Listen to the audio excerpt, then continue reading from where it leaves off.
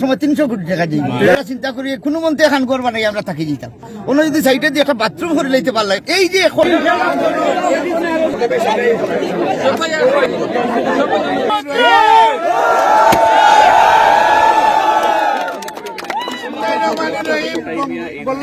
স্টেডিয়ামের শুভ ভিত্তিপ্রস্তর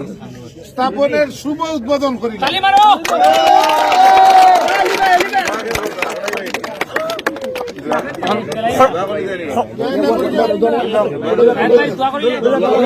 হইলাম যে ইগু যেভাবে আপনারা